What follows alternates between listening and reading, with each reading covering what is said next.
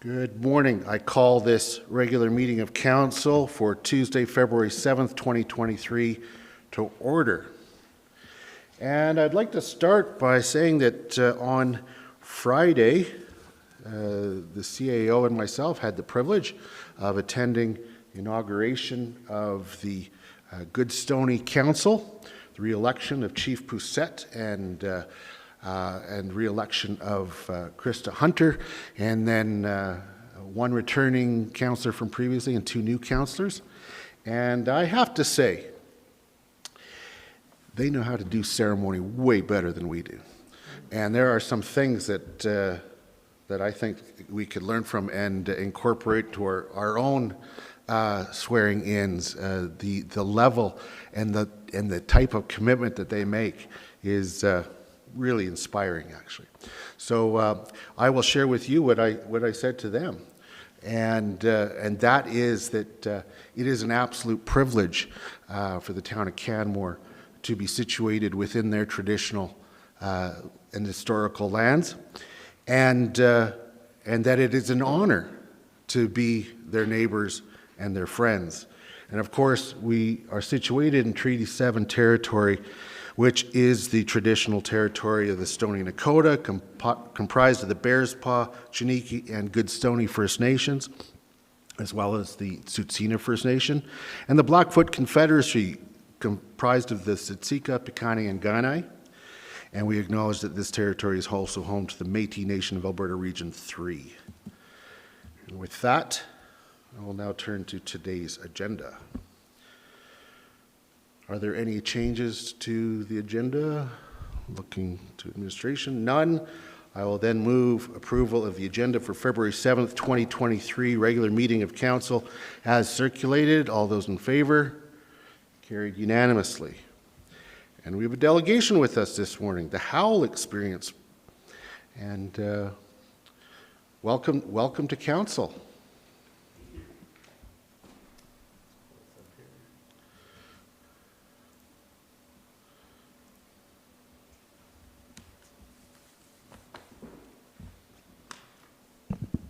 Good morning, Mayor and Council. It's nice to see you all, meet you all. My name is Adam Robb, and I live and work here in Canmore, and am the co-director, along with Daryl Kootenay, of the Howl Experience, and pleased to present this to you. But I told my language teacher, Terry Ryder, that I would also try and say this in Stoney. So, Amboa Stitch.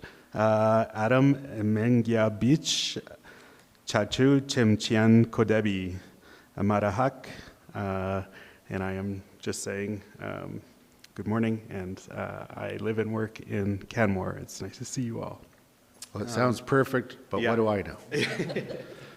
No, I really appreciate that. That's awesome. Of course, yeah. So I've got a little slideshow here that you can follow along as you listen, and but I'll just go ahead and introduce myself a little bit more.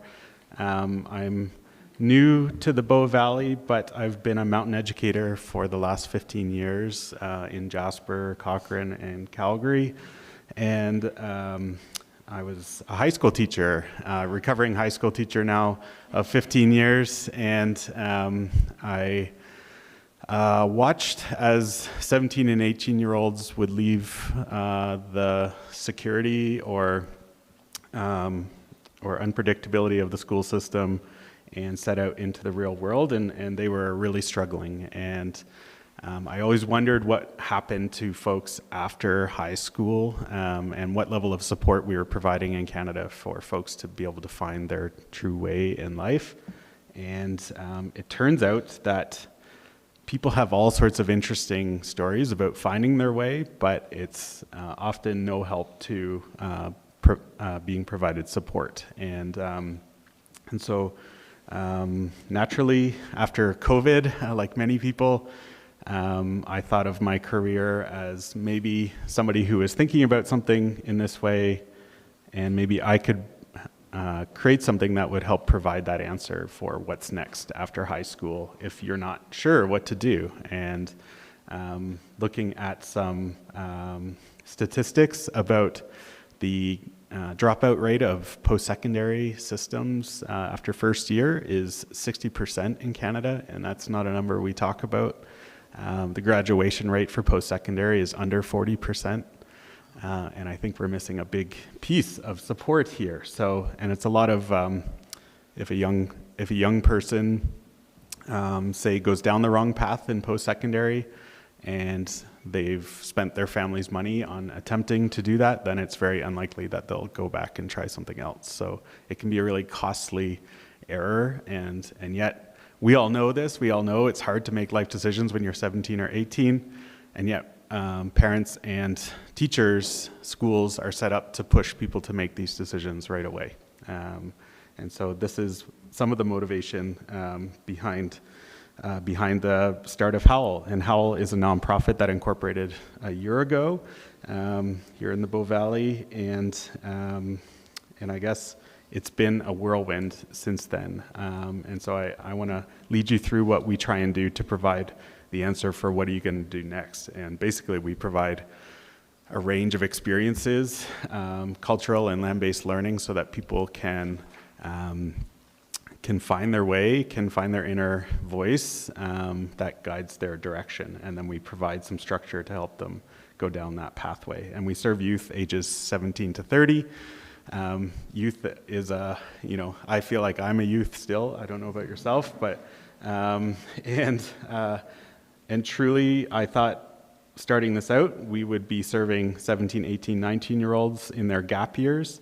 And it turns out we've had single parents, we've had people with their masters already, we've had everyone in between from every background imaginable has seen a need for this type of program. And we've served youth here in the Bow Valley from every province and territory within the last year. So it's been really successful. So we do this in a range of ways. One is through 10-day explorations, where we introduce imagine youth coming in here and being introduced to some of the most amazing folks doing good work in this valley, whether it's through nonprofits or whether it's entrepreneurs, and we give them a great time out on the land. They get to meet Stoney people and learn some protocols, traditions. They also get to understand the complexity of living in this valley, the complexity in regards to conservation issues, for example. But it's how to know one place really well and seeing how all different people from all backgrounds work to contribute to a community. And I think this is the other big motivation is youth do not feel community right now. They do not identify with communities like where they're from. And that is a massive shift. So coming from working in Calgary the last 8 years, there's no youth that says, I'm proud to be from Mackenzie Town or something like this. They have no attachment to place whatsoever. And I think this has many implications that will lead them down the road. And so quite simply, we're trying to teach them what community feels like and all the people who can contribute. And then they can say, I really like how this person's doing that and contributing through science or through culture or through council or through business, and that's the direction that I want to go. So that's what a 10-day exploration looks like. It's just getting to know a community really well. And so we've run programs here in the Bow Valley, and we also started running programs up in the Yukon last summer, and we will do that again this summer. And now we've had invitations to run Howl programs in the Maritimes and in the South Okanagan as well, near Penticton. So lots of exciting developments all within the course of the last year. The other thing that we do is run a 4-month semester program, and this is the program that's happening right now. There are 20 youth from across Canada that are living here, and they've decided that they needed 4 months worth of support to truly understand community, understand themselves, gain life experience. Like I was also saying, most youth are graduating high school right now without any volunteer experience, without any work experience. All they've done is school, and as we all know, school's great, but it's not teaching you everything about yourself and about hard work and resiliency and problem solving in real and active ways. So That's some of the stuff that we try and do with them. So they're here living together. If you're familiar with a Katimovik program, it's similar in scope to that, except it's more rooted in culture and land-based learning. They do a series of volunteer opportunities to see if any of these things appeal to them. Last night, so the reason I spoke in Stoney is because language lessons every Monday night with our elders and residents. There's art, there's wellness, mental health toolkit development. There's all these kind of things that were not taught to them at any point in their past. So it's really positive. It's exhausting from from running an organization that tries to adhere to all the needs of youth from a big of range of background as you can ever imagine. So just, right now, here are some of the ongoing collaborations in this valley. So we're supporting the Homelessness Society for the coldest night of the year. Some of our youth are doing that. Some of our youth volunteer with Spirit North every week and help with the Indigenous Youth Ski Team, the Canadian Rockies Youth Network, and the conference that they're hosting. Daryl Kootenay's at the center of the Moving Mountains Initiative. And so redefining some spaces here in the Bow Valley, working on developing education programs, going out with the archery program in the Dakota Youth Council. We were at the powwow, the inauguration the other night, and helping out a little bit with that as well. So lots of different directions and opportunities for these youth.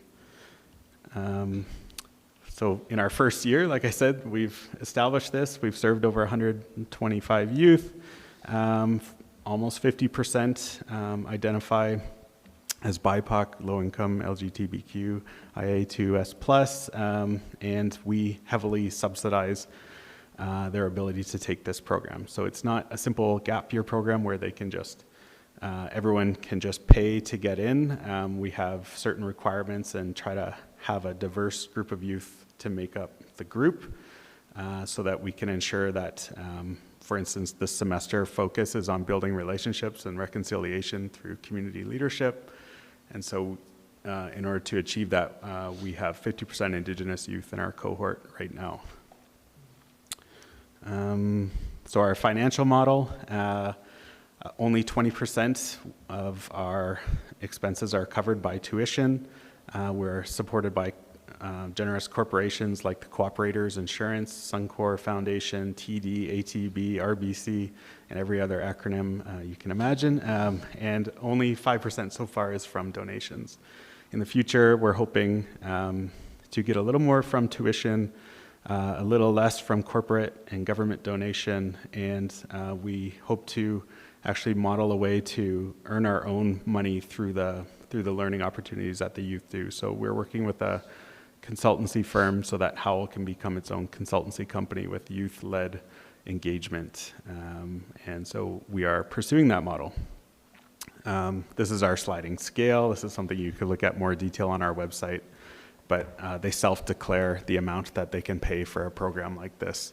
And it's an honor system. We don't check anything. We just ask where they are in their life right now. Surprisingly, every program we've run so far, somebody has offered to pay more than 100% so that they could support another youth to take the program. So I'm also here today as just an invitation. So you're getting to know Howl and know that they're out there. There's 20 youth out there contributing to the community as basically their job right now, and they're doing a wonderful job. They're taking in every learning opportunity imaginable. So if you see a way to collaborate, we would love to be in touch. We've just gotten established, as you know. We plan to be working. This is our home and our base for the next 30, 40 years, I hope. So we hope that Howl becomes like a key pillar of the community, and that we have youth coming in every year who support the initiatives that are already taking place here. We don't want to create brand new initiatives.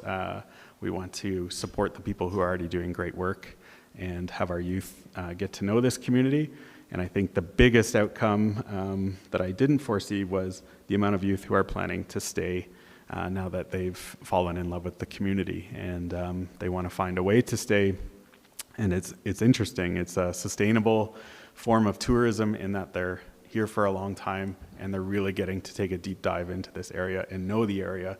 Even if they leave and they come back, they're going to be looking at this land differently and knowing the stories behind the land. And I think that type of leadership in a form of tourism is really exciting for this area. So with that, I will leave it open to any questions or comments, but thank you for letting me talk about Howl and some of the work that we've started doing.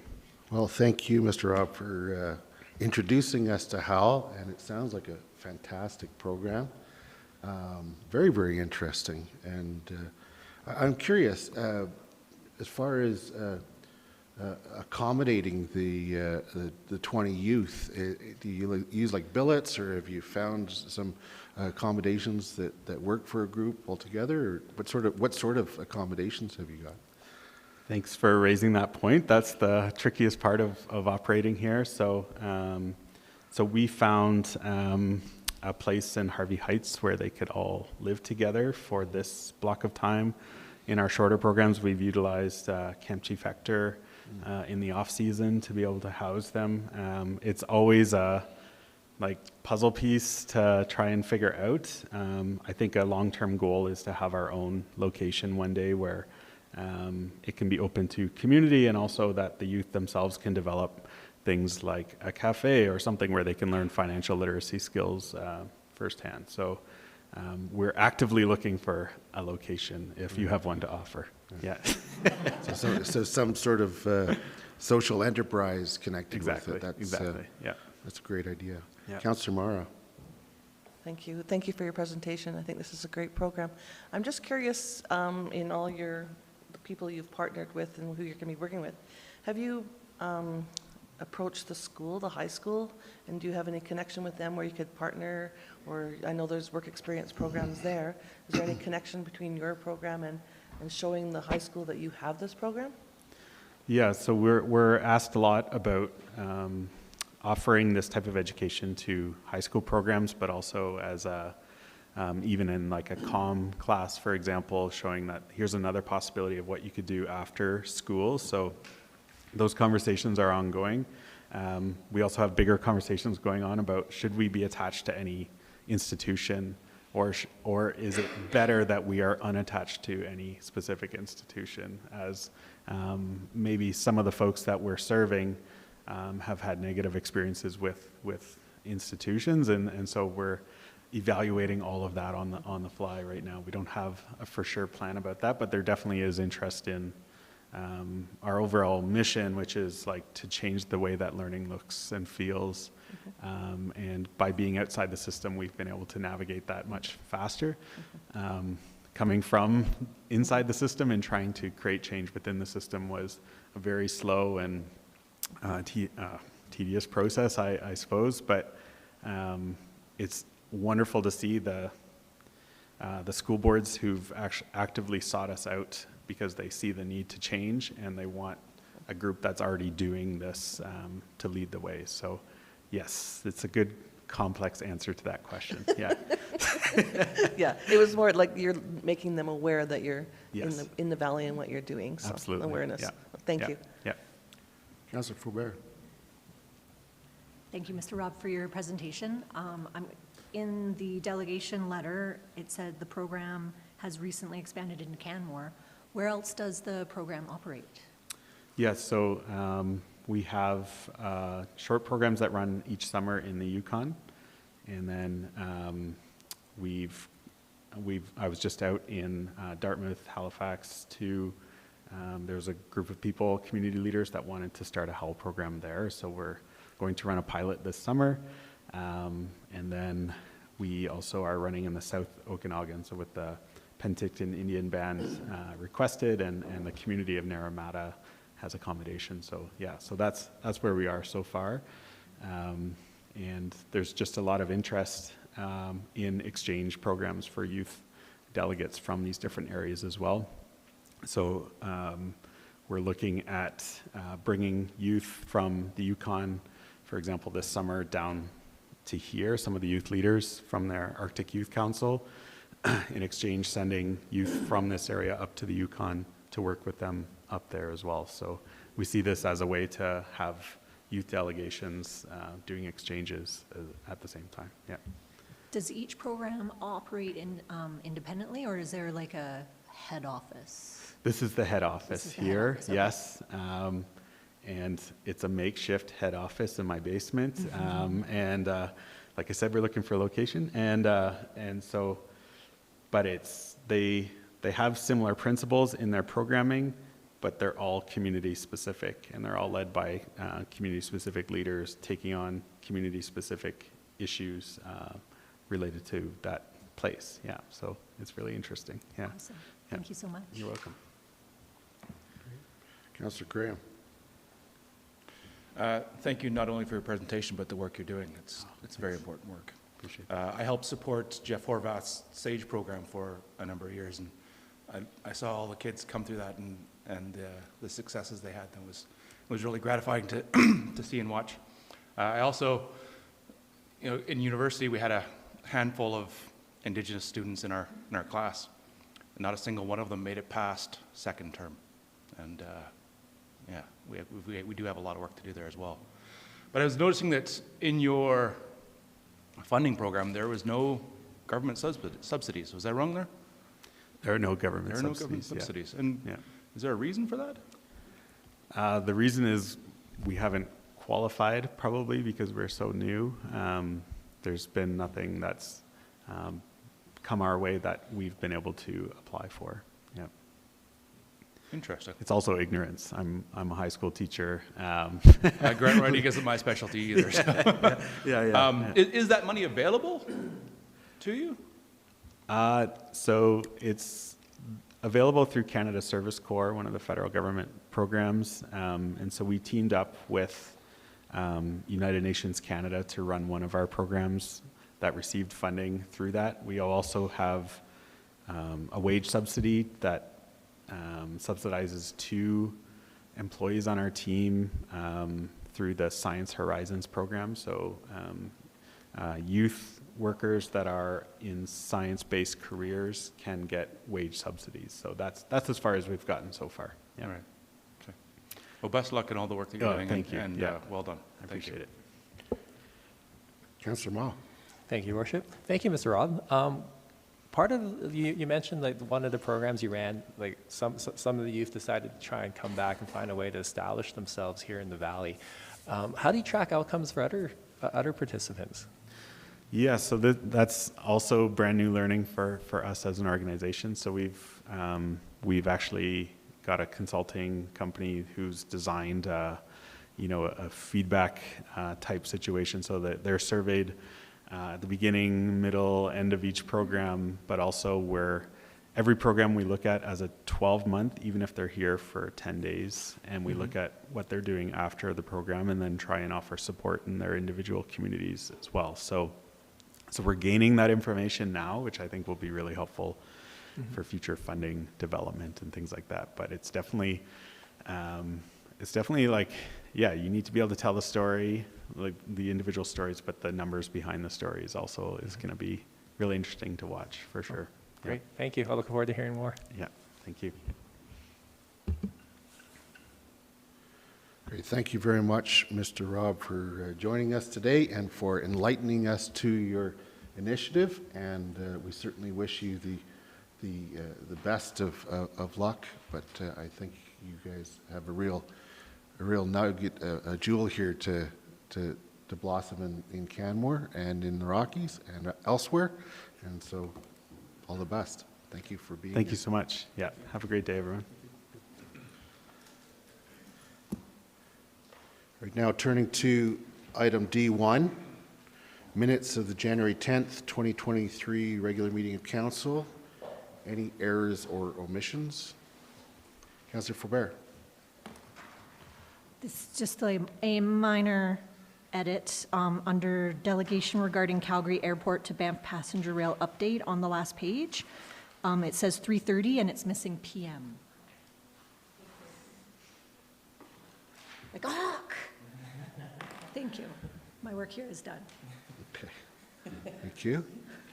Anything else? Okay, I will move that we approve the minutes of January 10th, 2023 regular meeting council as ever so slightly amended. All those in favor? Carried unanimously. And now moving to the minutes January 17th. Any errors or omissions?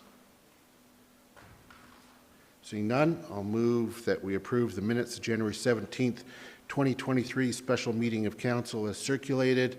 All those in favor? Carried unanimously. And now we'll move to item G1, bylaw approval for the electronic transmission bylaw for property assessment and taxation. Ms. Dalrymple, welcome to council. Thank you.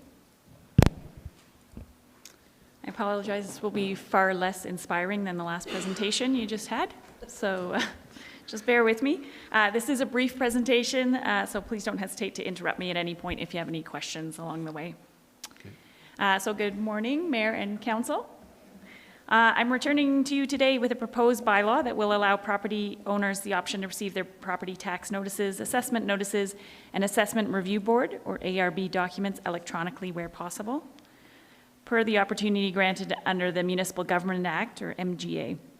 On January 10th of this year, Council gave first reading to this Transmission of Electronic Documents Bylaw 2023-01, and today my recommendation is for Council to move forward with second and third reading of this bylaw as presented. Since the first reading in January, the proposed bylaw was advertised per MGA requirements.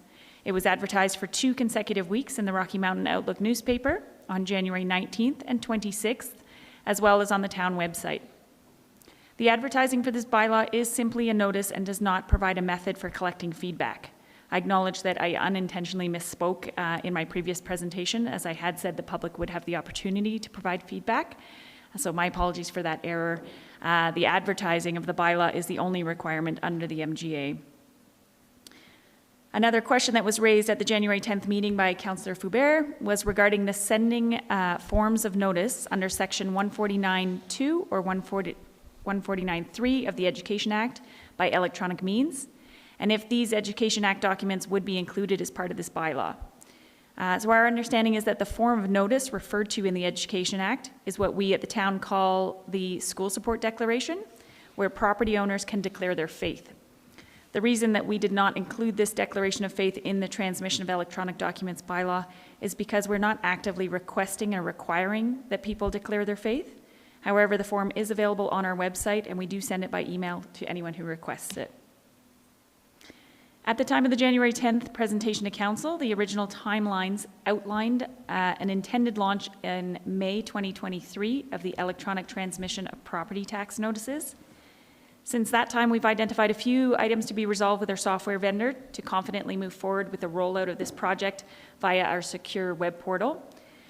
These items should not, however, impact the content of the bylaw itself. So administration will just keep Council apprised with the updated timelines as we learn more. With an approved bylaw in place, administration can first roll out the electronic correspondence for assessment review board complaints in February. Unlike the property tax and assessment notices, ARB correspondence will not be available through the secure portal, and instead the ARB clerk would seek consent from the complainant upon acknowledgement of a formal assessment appeal to confirm the issuance of notice and the exchange of disclosure information by email. Email correspondence allows for timely communication with all parties for the scheduling of hearings and the transfer of evidence packages. So I'd just like to reiterate the goals of providing property owners with the paperless option for property tax and assessment documents. The paperless option will allow property owners more timely access to their notice, as well as a more environmentally friendly option of communication. It will provide owners the opportunity to self-serve in many cases when requiring reprints of previous documents, thus allowing them immediate access to the property tax documents instantly from anywhere in the world. And additionally, paperless options provide a reduction of printing and mailing costs, as well as the staff time that is currently dedicated to correspondence and issuing of document reprints. To enable the electronic processes for tax, assessment, and ARB, Council must approve a bylaw. Therefore, administration is requesting that council give second and third reading to the transmission of electronic documents bylaw 2023-01. And that wraps up my presentation, and I welcome any questions that you might have. Thank you very much. Looking to council to see if there are any questions. Seeing none, thank you very much, Ms. Dalrymple, for bringing this back to us today. So I'll move that council give second reading to transmission of electronic documents bylaw 2023-01. And I believe Councillor Hillstad has an amendment. Yes, I have a really, really small amendment, which I believe the clerk will throw on the screen.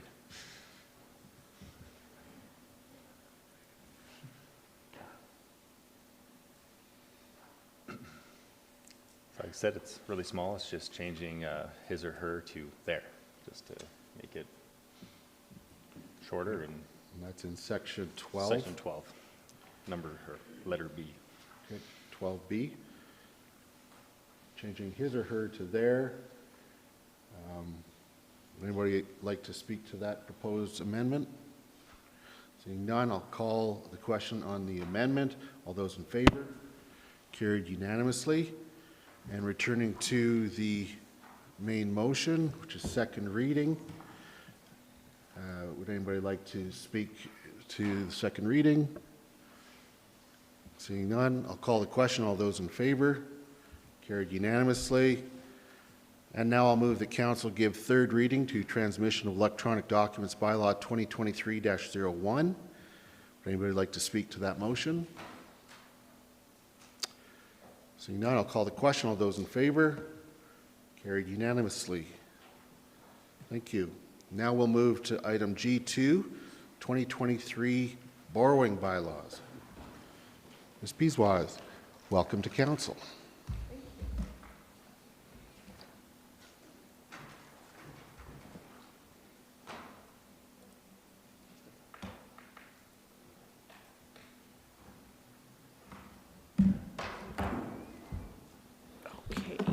Good morning, everyone. Morning. I'm here to present the second and the third readings of borrowing bylaws today, which were a number of council-approved utility projects for 23 and 24 that had debt financing as the source of funding. So the recommendation is that council give second and third readings to the borrowing bylaws 2023-03 for water treatment plant 2 replacement and capacity upgrade construction, 2023-04 for Bow Valley Trail wastewater upgrade phase 2, 2023-05 for Bow Valley Trail wastewater upgrade phase 3, 2023-06 for Bow Valley Trail water upgrade phase 2, 2023-08 for Railway Avenue wastewater upgrade, and 2023-09 for wastewater treatment plant influence screen capacity upgrade. So depending on the timing of these projects, the actual debenture will be drawn, and they will not be drawn till the actual expenditures are warranted. Based on council motion from January 10th, the wastewater treatment plant odor control construction project has now been removed from this list, and we will be back in front of council next year at the same time here. So the borrowing bylaws were advertised for 2 consecutive weeks on January 12th and January 19th. No petitions were received, and the deadline for which was February 3rd. Once council gives second and third readings to these borrowing bylaws today, they will be valid after 30 days from today, so on March 10th. So I end with the recommendation again that council give second and third readings to borrowing bylaws 23-03, 23-04, 23-05, 23-06, 23-08, and 23-09. Thank you. And thank you. I'm not the only one that's going to have to repeat those numbers multiple times. Oh my God, this was the toughest one. Thank you for joining me in that experience. Yeah, exactly. Exactly. Looking to council to see if there are any questions. Seeing none, thank you very much. I'll move that council give second reading to borrowing bylaw 2023-03 for water treatment plant 2 replacement and capacity upgrade construction. Would anybody like to speak to that motion? Seeing none, I'll call the question. All those in favor? Carried unanimously. I'll now move that council give third reading to borrowing bylaw 2023-03 for water treatment plant 2 replacement and capacity upgrade construction. Anyone speaking to that motion? I'll call the question. All those in favor? Carried unanimously. I'll now move that council give second reading to borrowing bylaw 2023-04 for Bow Valley Trail wastewater upgrade phase 2. Anyone speaking to that motion? Seeing none, I'll call the question. All those in favor? Carried unanimously. I'll move the council give third reading to borrowing bylaw 2023-04 for Bow Valley Trail wastewater upgrade phase 2. Would anybody like to speak to the motion? Seeing none, I'll call the question. All those in favor? Carried unanimously. I'll now move that council give second reading to borrowing bylaw 2023-05 for Bow Valley Trail wastewater upgrade phase 3. Anyone speaking to the motion? Seeing none, I'll call the question. All those in favor? Carried unanimously. I move that council give third reading to borrowing bylaw 2023-05 for Bow Valley Trail wastewater upgrade phase 3. Anyone speaking to the motion? Seeing none, I'll call the question. All those in favor? Carried unanimously. I'll now move that council give second reading to borrowing bylaw 2023-06 for Bow Valley Trail water upgrade phase 2. Anyone speaking to the motion? Seeing none, I'll call the question. All those in favor? Carried unanimously. I move the council give third reading to borrowing bylaw 2023-06 for Bow Valley Trail water upgrade phase 2. Anyone like to speak to the motion? Call the question. All those in favor? Carried unanimously. I move that council give second reading to borrowing bylaw 2023-08 for the Railway Avenue wastewater upgrade. Anyone speaking to that motion? Seeing none, I'll call the question. All those in favor? Carried unanimously. I move that council give third reading to borrowing bylaw 2023-08 for Railway Avenue wastewater upgrade. Anyone speaking to that motion? Seeing none, I'll call the question. All those in favor? Carried unanimously. Move that council give second reading to borrowing bylaw 2023-09 wastewater treatment plant influence screen capacity upgrade. Anyone speaking to that motion? Seeing none, I'll call the question. All those in favor? Carried unanimously. And now I move that council give third reading to borrowing bylaw 2023-09 wastewater treatment plant influence screen capacity upgrade. And in speaking to that motion, I give thanks to Ms. Biswa and her team for all the work of putting these together and getting all of this work in order for the coming year and beyond. Would anybody else like to speak to the motion? Seeing none, I'll call the question. All those in favor? Carried unanimously. Thank you. And now we'll move to Revised Land Use Bylaw Amendment 2024-24 General Industrial District. Yes. May I request a 5-minute break to make use of all those facilities we just generously funded? I will call a 5-minute break. Thank you.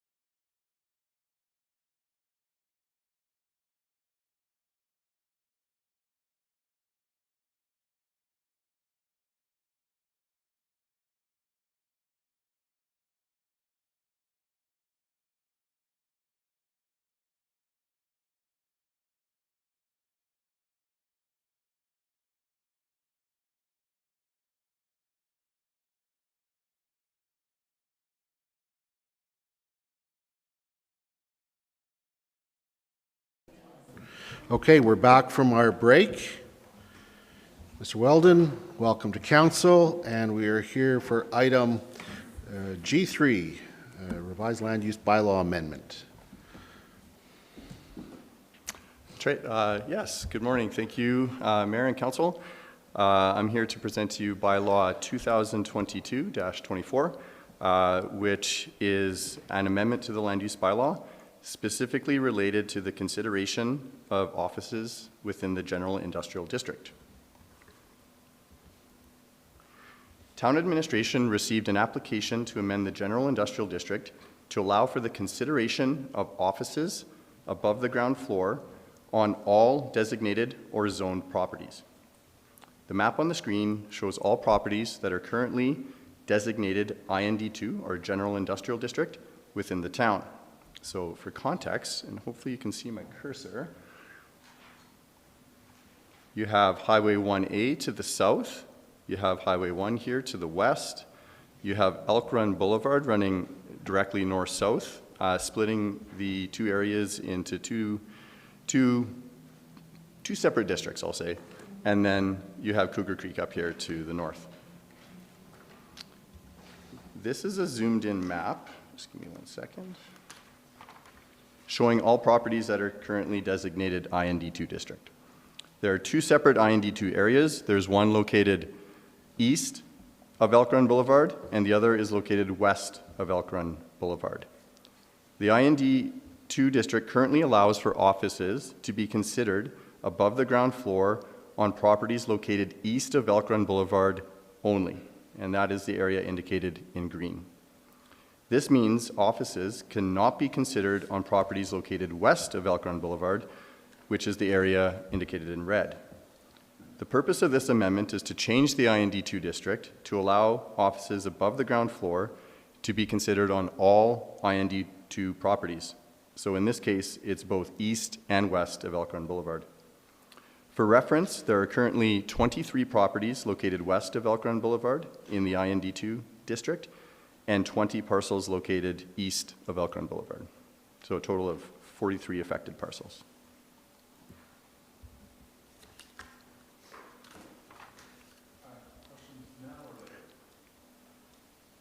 Yeah. Do you have a preference, Mr. Weldon? No, I'm okay having questions on the fly. Sure. Slide. Mr. Graham? Thank you. Oh, sorry. Maybe go back one slide. Previous, yeah. There we go. Yeah. So there's a couple parcels here that I'm not sure why we are not including them. So the what would be in the IND1, sorry, on the IND2 west side, there's all the stuff along Elk Run Boulevard that is IND1. Why is that not included? Through the mayor to Councillor Graham. So those properties located here, the ones that are not highlighted in red, that are white, that's a separate land use district. So that is designated IND1, which is our light industrial district.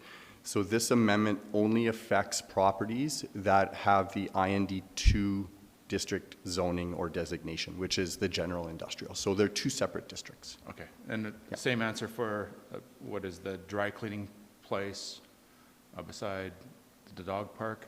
And Up. and then what about that little chunk just north of the green block? What would be the power plant, and then what used to be I believe like a compound. Right. Yeah, right there. Yeah. So this area, again, is also designated IND1. So this is a light industrial district. This is the SPCA area here. This is also right, IND, or no, sorry, this is future development. So this is IND1 here, which is adjacent to Elk Run Boulevard. And then future development district is here, and also this parcel, which is the SPCA, the current land. And that's actually owned by the province and leased by the SPCA. Yeah. Oh, interesting. Yeah. Thank you for that. I appreciate the clarification. Yeah, you bet.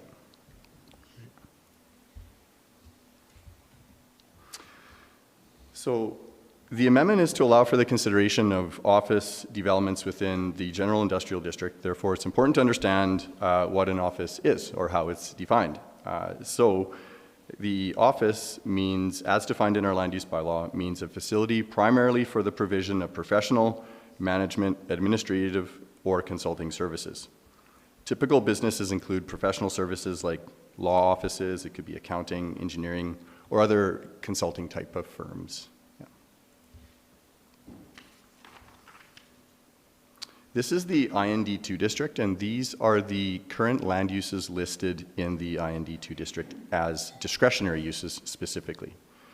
Office above the ground floor is currently listed as a discretionary use in this district, and it has the specification of being exclusive to east of Elk Run Boulevard. The amendment here is to delete the words east of Elk Run Boulevard only from this use, which would leave office above the ground floor. Also, further down in this district, there's another regulation related to restricting offices to east of Elk Run Boulevard. This is section 5.3.5.4. The same wording is included in this section, and this is also proposed to be deleted for consistency.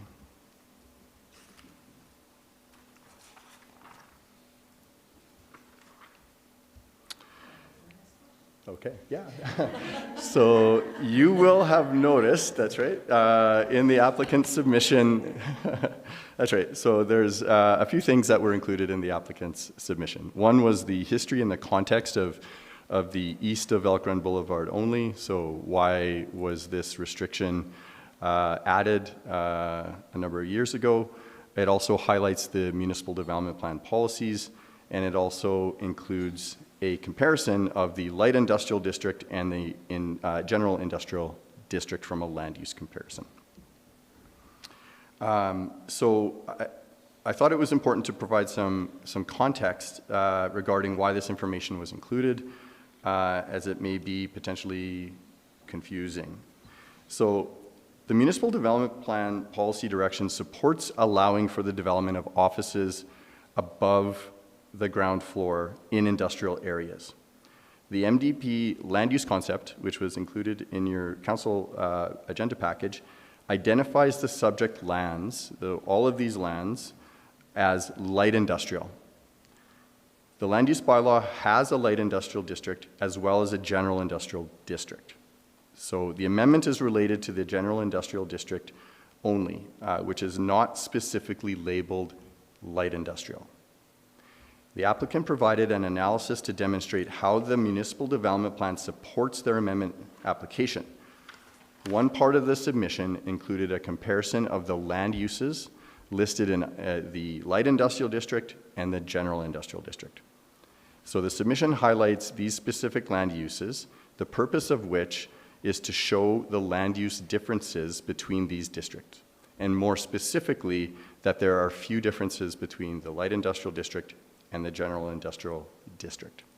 So with this in mind, it's to provide support that, or the position that the general industrial district is closely aligned with the light industrial district and is therefore consistent with the light industrial MDP policy direction. And that is to support office developments above the ground floor in this general light industrial area, which is the Elk Run industrial area.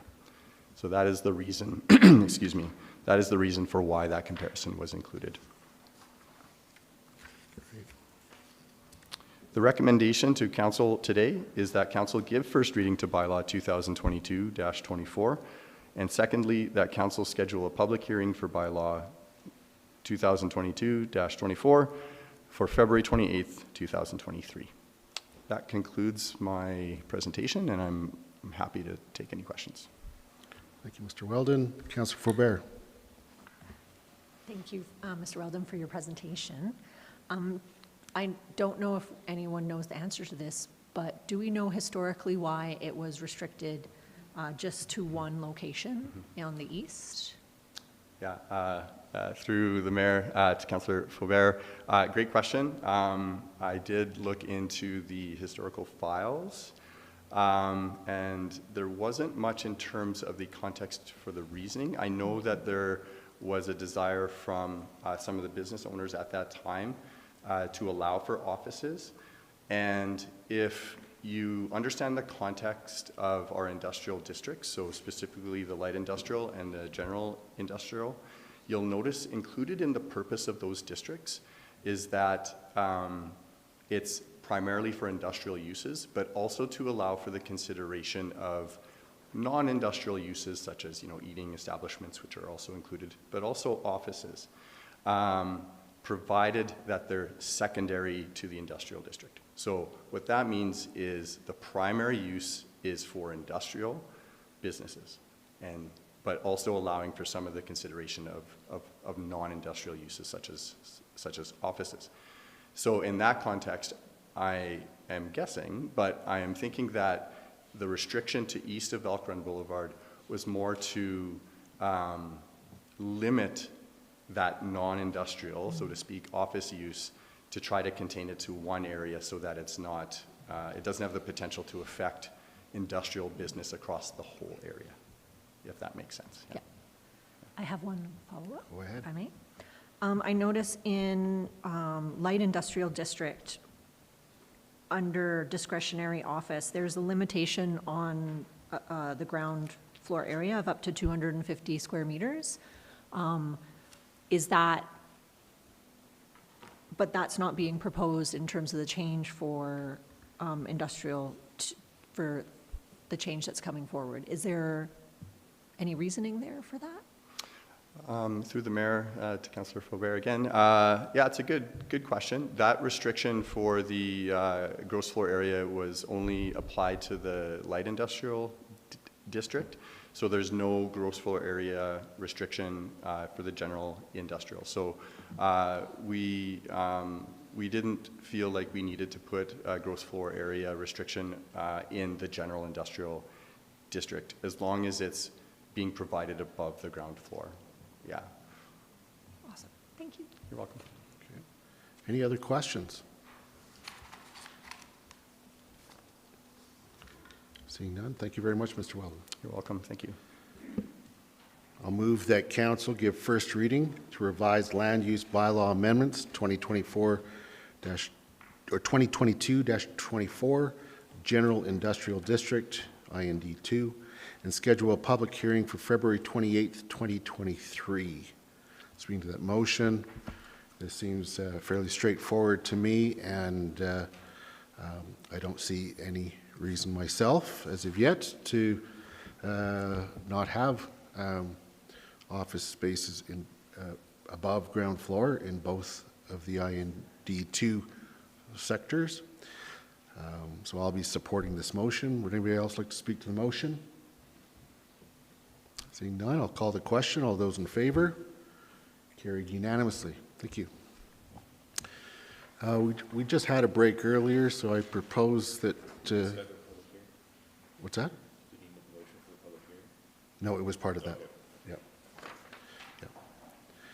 Yeah. So are we prepared to move into K1? Yes, Mr. Okay. So with that then, I will, for our viewing audience,